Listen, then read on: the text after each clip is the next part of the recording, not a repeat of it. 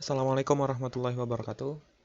Uh, uh, Oke, seperti biasanya kali ini kita akan melanjutkan pembelajaran kita tentang mata pelajaran IPA ya.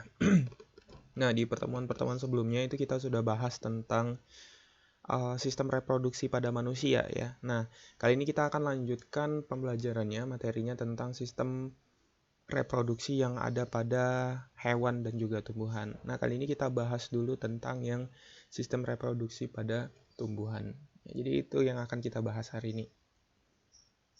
Jadi itu ya, sistem reproduksi pada tumbuhan.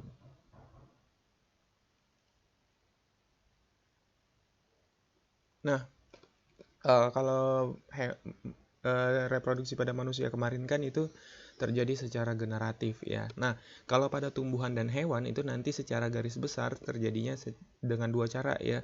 Ada generatif dan juga ada vegetatif ya kalau secara garis besarnya ya. Jadi itu dulu yang akan kita bahas ya, bahwa reproduksi tumbuhan ya, kita tulis di sini aja. Reproduksi tumbuhan itu terbagi jadi dua. Ada yang pertama itu adalah reproduksi secara generatif.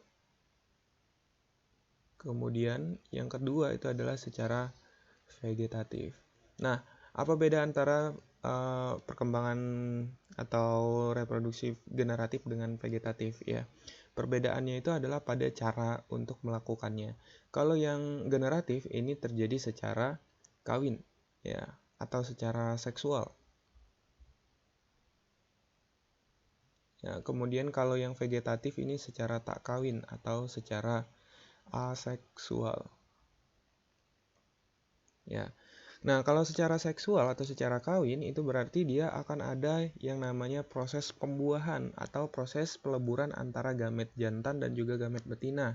Ya, kalau pada manusia tempo hari kan itu kita udah jelasin bahwa embrio itu bisa terbentuk, zigot atau embrio itu bisa terbentuk karena adanya peleburan sperma dan ovum. Nah, kalau di tumbuhan itu adanya yang namanya pembuahan ya, atau penyerbukan ya. Nah, penyerbukan itu terjadi karena adanya serbuk sari jatuh ke kepala putik ya. Jadi itu ya. Nah, itu kalau seksual di tumbuhan. Kalau secara aseksualnya banyak ya, nanti akan ada beberapa macam yang terbagi lagi jadi dua nantinya. Kalau yang aseksual ada yang alami, ada yang buatan ya. Jadi kalau yang di sini tadi yang generatif tadi dia dengan cara melakukan penyerbukan ya. Nanti Bapak juga jelasin ini penyerbukan itu prosesnya gimana ya. Nah, sedangkan kalau yang vegetatif atau aseksual itu nanti terbagi lagi jadi dua, ada yang alami dan juga ada yang buatan.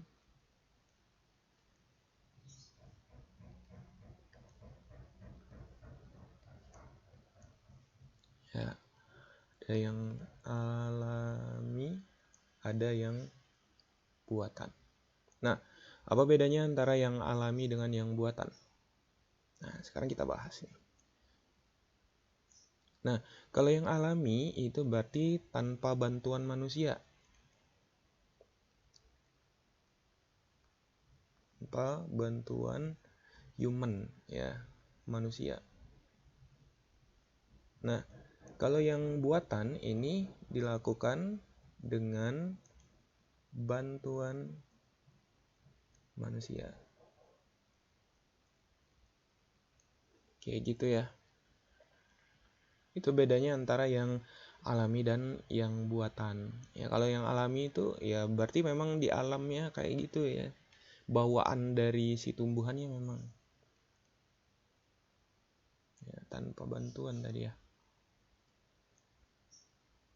Sedangkan kalau yang buatan ya alaminya tidak seperti itu, di alamnya tidak seperti itu, bukan bawaan dari si tumbuhannya, melainkan sengaja dibuat oleh si manusianya seperti itu ya. Nah, sekarang kita bahas nih yang vegetatif alami dan vegetatif buatan itu apa saja.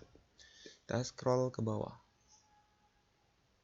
Nah, kita bahas dulu yang pertama tadi, yang perkembangbiakan atau reproduksi secara vegetatif alami.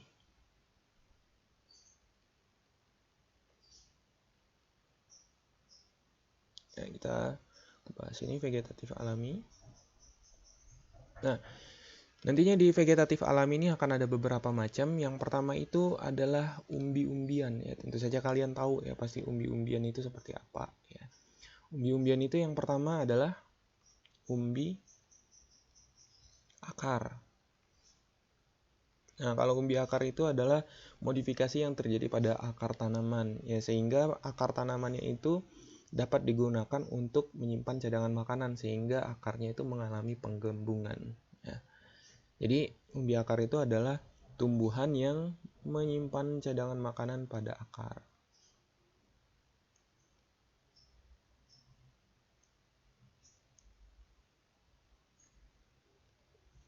Makanan pada akar.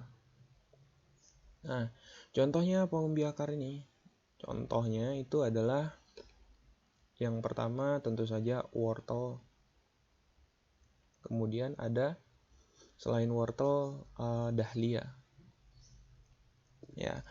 Kemudian selain dahlia itu ubi jalar. Ya. Ubi jalar. Nah, kalau wortel itu kan kalau kita gambarin gimana bentuknya? Kayak gini ya. Ini memanjang. Ya, kemudian di bagian atasnya itu ada sedikit cakram di atasnya, kemudian ya ada daun. Ya. Nah, bagian kita konsumsi itu kan yang ininya ya. Nah, itu adalah bagian akarnya yang mengalami penggembungan karena di dalamnya terdapat cadangan makanan. Ya, jadi ini adalah akar. Nah, sedangkan ini adalah daun. Batangnya di mana, Pak? Ya, batangnya di sini. Ya, itu untuk umbi akar. Ya, contohnya itu tadi ada 3, wortel, dahlia, ubi jalar. Kemudian yang kedua, ada umbi akar, tentu saja ada umbi batang. Nah, kalau umbi batang itu menyimpan cadangan makanannya tentu saja di batang. Menyimpan cadangan makanan di batang. Ya, contohnya tanaman apa aja? Contohnya itu tanaman kentang ya. Ya, kentang itu contohnya untuk yang umbi batang. Nah, apa bedanya kentang dengan si wortel ya? Kenapa dia termasuk ke dalam umbi batang sedangkan wortel itu umbi akar ya, padahal dia kan tumbuhnya sama-sama di bawah ya. Nah, kalau kita gambarkan kentang itu bentuknya kan agak membulat seperti ini ya. Nah, kemudian di bagian atasnya itu, di bagian atas ininya itu kan ada tumbuh ke atas ya, nanti ada daunnya segala macam di situ. Nah, kemudian di kentangnya itu ada kayak rambut-rambut halusnya. Nah, gini. Nah, jadi rambut-rambut halus yang ada pada si kentang itulah yang kita sebut dengan akar. Ini tentu saja daunnya, dan bagian yang menggelembung itu adalah batangnya. Nah, itulah yang menyebabkan kenapa si kentang itu masuknya di umbi batang, sedangkan wortel itu masuknya di umbi akar. Ya, meskipun dia sama-sama di dalam tanah, ya, tapi dia berbeda.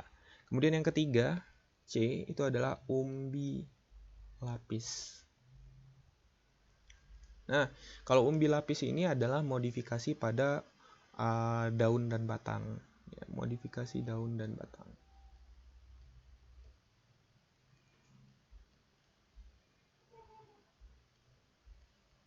Nah, kenapa disebut sebagai umbi lapis? Karena memang dia membentuk lapisan-lapisan seperti itu ya. Nah, contohnya tentu saja ada bawang-bawangan ya, bawang merah, kemudian bawang putih, dan juga bawang bombay ya. Nah, kenapa dia disebut umbi lapis? Karena dia ketika dikupas ada lapisan dalamnya lagi, dikupas lagi ada lagi lapisan dalamnya, dan seperti itu terus ya. Nah, lapisan-lapisannya itu terbentuk dari modifikasi batang dan juga daun pada tanaman tersebut ya. Jadi kalau yang akar itu modifikasi akar, kalau umbi batang modifikasi batang, kemudian kalau umbi lapis itu modifikasi dari batang dan juga akar. Terus selain umbi lapis, umbi batang, dan umbi akar, ada juga yang namanya rizoma atau rimpang. D ya. Atau yang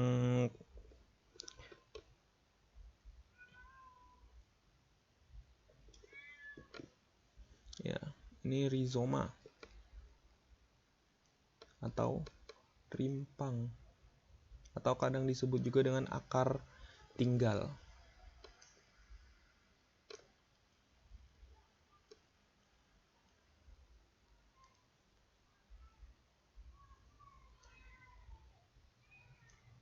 Nah, kalau rizoma atau rimpang atau akar tinggal ini adalah batang yang tumbuh di bawah tanah ya, kemudian secara horizontal ya. Horizontal itu berarti mendatar ya. Kemudian dari batang tersebut akan dapat muncul tanaman-tanaman yang baru ya. Jadi itu ya pengertiannya.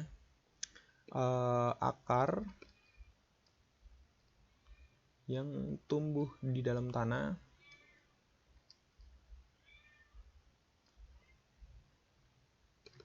secara horizontal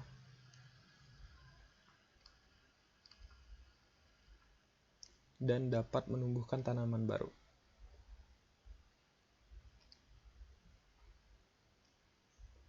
Menumbuhkan tanaman baru. Ya, itu ya. Nah, contohnya apa aja? Contohnya itu adalah yang termasuk ke dalamnya itu tumbuhan-tumbuhan dari family Zingiberaceae ya. Tumbuhan family Zingiberaceae. Nah, tumbuhan Zingiberaceae itu apa aja? Contohnya jahe, kemudian lengkuas, kemudian kunyit dan kawan-kawan ya, dan lain-lain banyak ya. Pokoknya yang sejenis-sejenis itu ya. Nah, kalau kita gambarkan kan dia itu misalnya ini adalah tanah ya. Kemudian dia tumbuh di sini. Si jahe tadi ya misalnya. Ini batangnya. Kemudian ada daun-daunnya kan. Nah, kemudian di bagian bawahnya ini ada batangnya yang membesar gitu ya. Nah, batangnya yang membesar di bawah ini dia dapat tumbuh secara horizontal ya, mendatar ke samping-sampingnya. Kemudian dari sini nanti dia bakalan tumbuh individu yang baru sini ya. Dia tumbuh lagi. Dia tumbuh lagi ke sini batangnya, kemudian tumbuh lagi ke atas gitu ya. Itu yang disebut dengan tanaman rimpang atau rizoma atau akar tinggal. Yaitu contohnya ada pada tanaman ini tadi, family Zingiberaceae. Kemudian setelah rimpang atau akar tinggal atau rizoma, kemudian ada juga yang kita sebut dengan stolon atau geragi.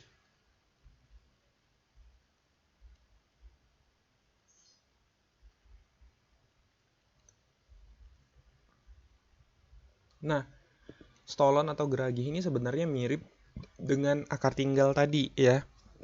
Hanya saja yang membedakannya kalau stolon atau geragi itu tumbuhnya di atas tanah, bukan di bawah tanah ya. Jadi pengertiannya adalah akar yang tumbuh di atas tanah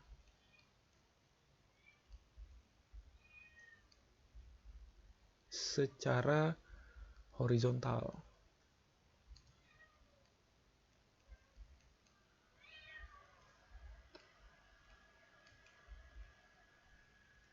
ya, secara horizontal.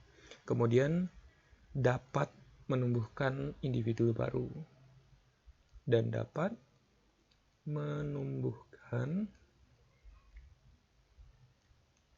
individu baru.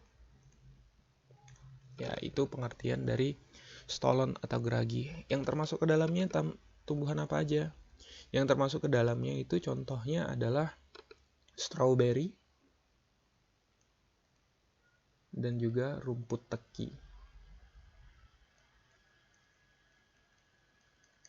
Ya, nah kalau digambarkan gimana? Jadi misalnya ini adalah tanah nih.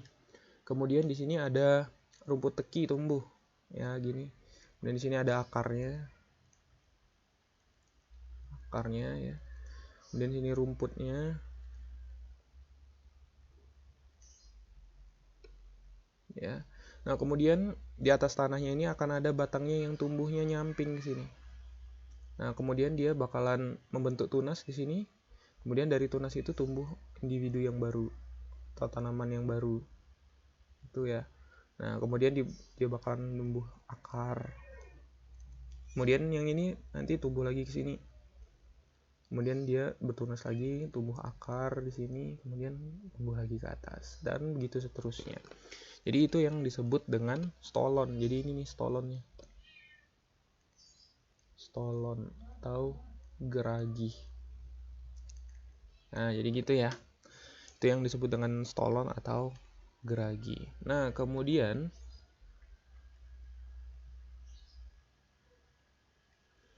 ya, jadi makanya kalau kamu bersihin rumput ya, kadang kamu cabut satu rumput kemudian yang lainnya ngikut semua ya, ditarik aja terus sampai panjang ya. Kenapa? Karena satu individu dengan individu yang lainnya itu saling berhubungan karena dia reproduksi secara stolon atau geragi ya. Kemudian selanjutnya setelah stolon atau geragi itu ada juga vegetatif dengan menggunakan daun ya. Contohnya itu pada tanaman cocor bebek ya, dia dapat menumbuhkan tunas dari daunnya ya. Nah jadi kita bahas dulu yang ini dulu, tunas. Nah tunas ini juga secara aseksual ya, termasuk vegetatif, tapi dia terjadi secara alami ya. Kalau tunas ini dia itu tumbuhnya dari bagian batang yang ada pada bagian atas, di atas tanah ya. Contohnya itu tanaman apa? Contohnya itu kayak tanaman pisang misalnya. Nah, kalau tunas pada pisang itu kan, misalnya ini tanah ya, kemudian di sini ada pisang. Ya, pisangnya misalnya di sini tumbuh ya.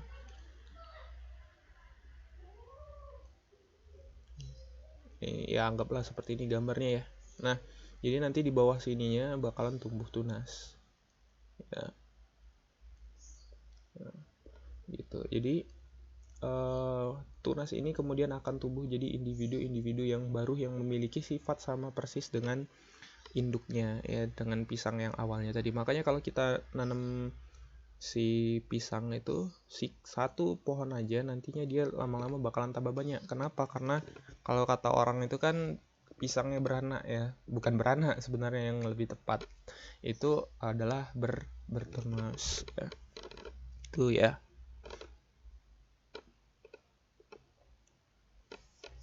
Nah jadi tunas itu umumnya tumbuh dari bagian batang ya, tumbuh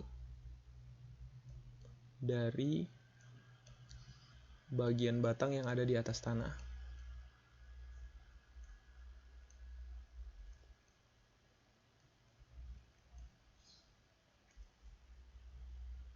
Nah, tapi ada beberapa tunas yang tidak tumbuh pada tempat yang semestinya. Nah, itu disebut dengan tunas adventif.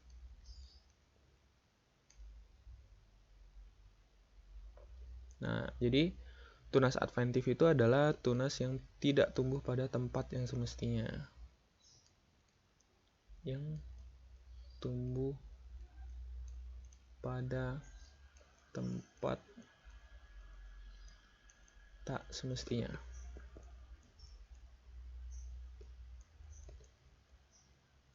Ya, contohnya itu pada tanaman cocor bebek ya. Contohnya pada daun cocor bebek.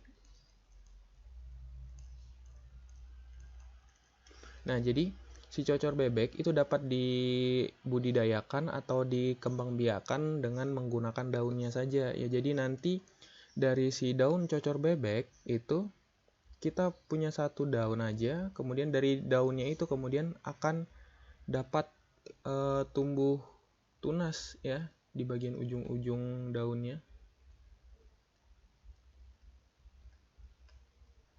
Ya, di bagian sini ya. Nah, jadi dia bakalan bertunas di bagian sininya.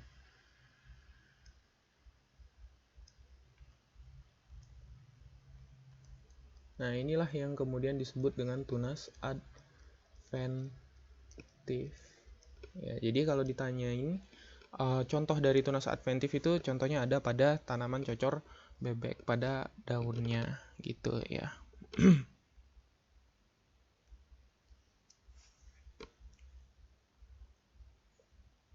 Oke.